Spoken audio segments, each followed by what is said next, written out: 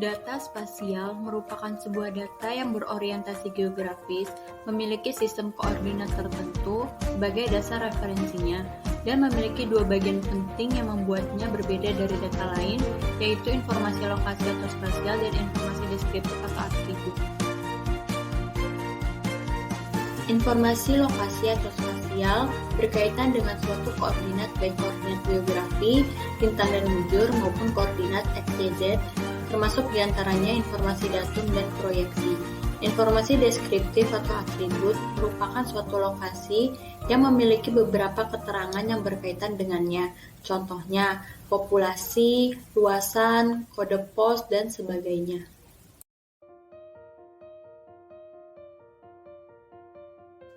Sumber data spasial terdiri dari 1. Citra satelit. Data ini menggunakan satelit sebagai wahananya.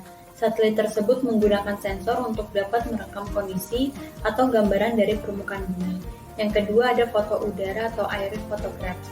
Ini menjadi sumber data yang banyak digunakan untuk menghasilkan data spasial selain dari citra satelit. Perbedaan dengan citra satelit hanya pada wahana dan cakupan wilayahnya. Selanjutnya yang ketiga adalah peta analog. Peta analog merupakan bentuk tradisional dari data spasial, di mana data ditampilkan dalam bentuk kertas atau film. Yang keempat ada data tabular. Data ini berfungsi sebagai data atribut, contohnya data sensus penduduk, data sosial, dan data ekonomi. Yang kelima ada data survei. Data ini dihasilkan dari hasil survei atau pengamatan di lapangan.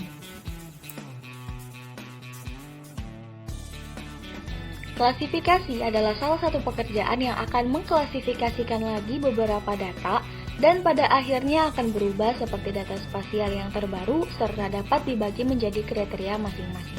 Terdapat dua klasifikasi model data spasial, yaitu model data raster dan model data vektor. Keduanya memiliki karakteristik data yang berbeda. Selain itu, dalam pemanfaatannya tergantung dari masukan data dan hasil akhir yang akan dihasilkan.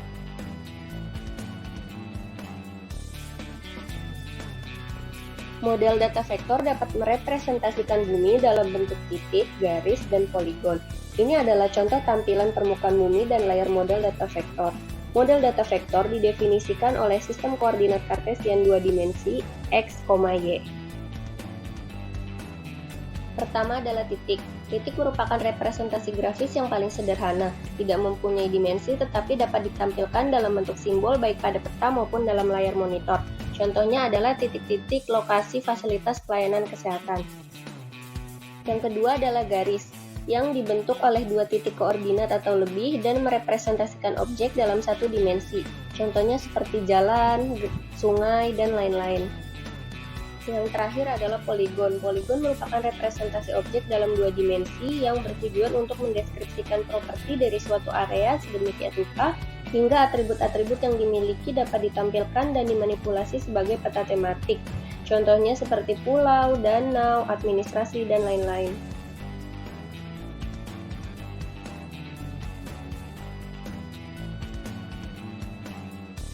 Model data raster mempunyai struktur data yang disusun dalam bentuk matriks atau piksel dan bentuk grid.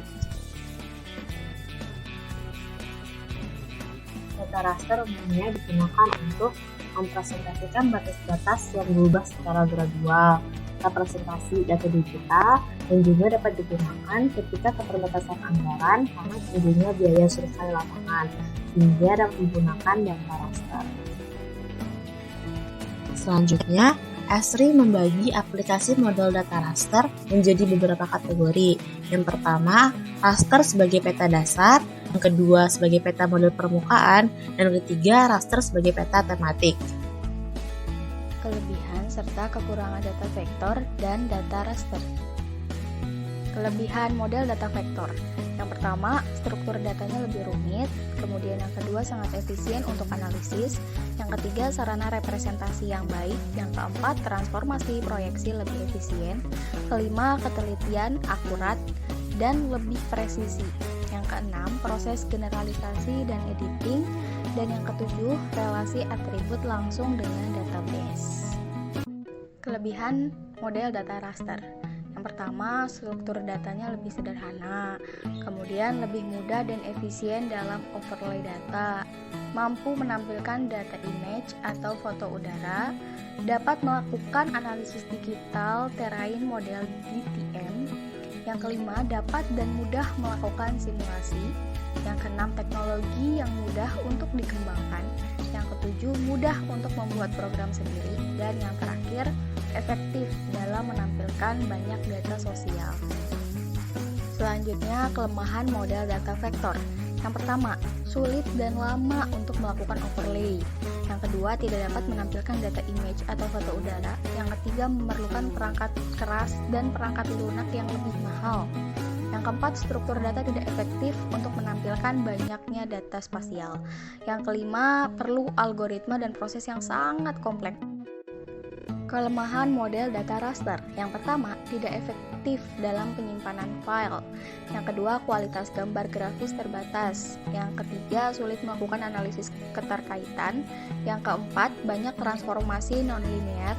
Yang kelima, akurasi sangat bergantung pada ukuran grid atau sel. Yang ketujuh, grid atau sel merepresentasikan atribut relasi dengan database. Yang kedelapan, output bergantung pada output printer. Dan yang terakhir, volume bergantung pada ukuran grid atau sel.